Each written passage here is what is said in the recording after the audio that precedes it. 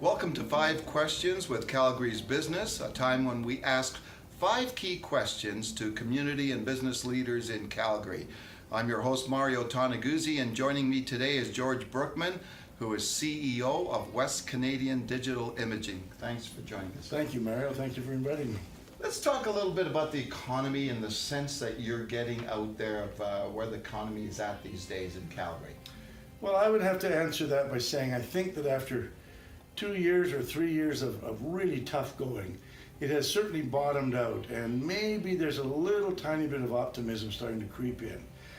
My sense is that part of it comes from the fact that people have reduced costs, have lowered staff counts and what have you, but businesses, I think, are beginning to feel like they can start to look forward to something a little brighter down the road. Okay, now we're tied in obviously to the oil and gas industry. It's kind of like the fuel that makes the engine run here in the city and the province.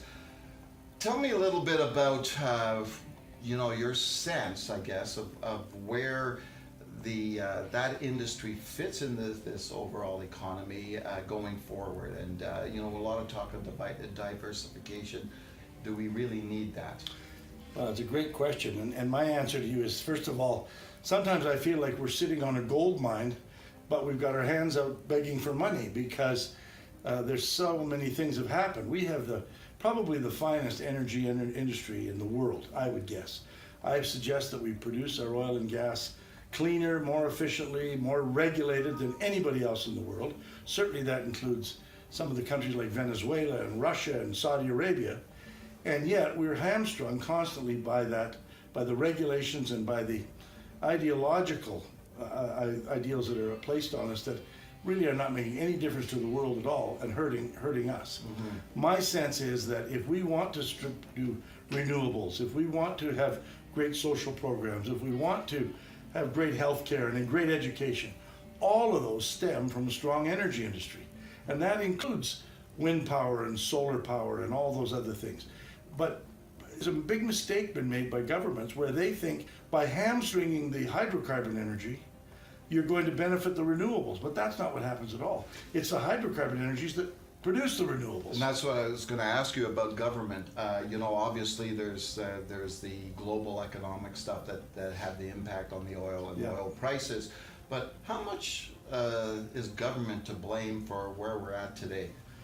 Well, far more than they want to admit.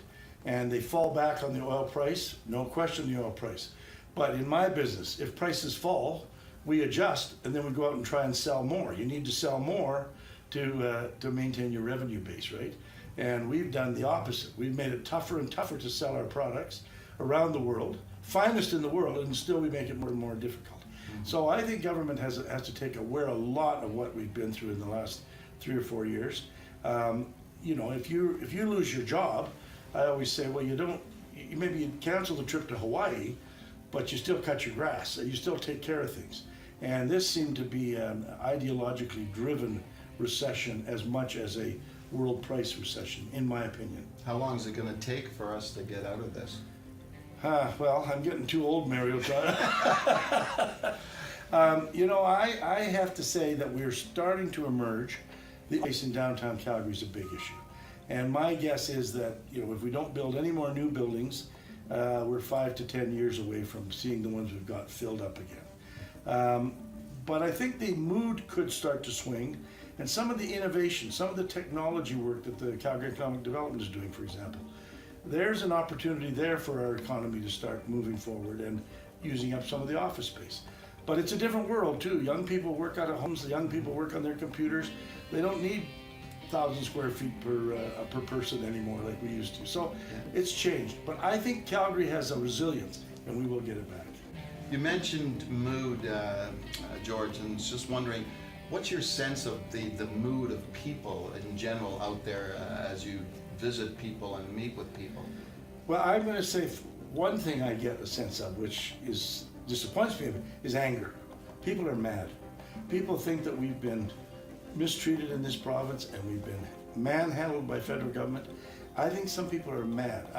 I have to admit, I'm pretty angry myself because a lot of what we're going through we didn't have to go through. Having said that, I think there's an element of cautious optimism. The oil price is going up. More and more people are getting jobs, maybe not as good at jobs as they had 5 years ago, but they are getting back to work. So perhaps we're on the road to recovery here. So I would say cautious optimism with a good dose of anger mixed in. Okay, thanks a lot for joining us today, George. Well, that's wonderful. I really appreciate this opportunity. I hope it comes off well. Okay, thank you. That was 5 Questions with Calgary's Business. I'm your host, Mario Toneguzzi. Thanks for joining us today.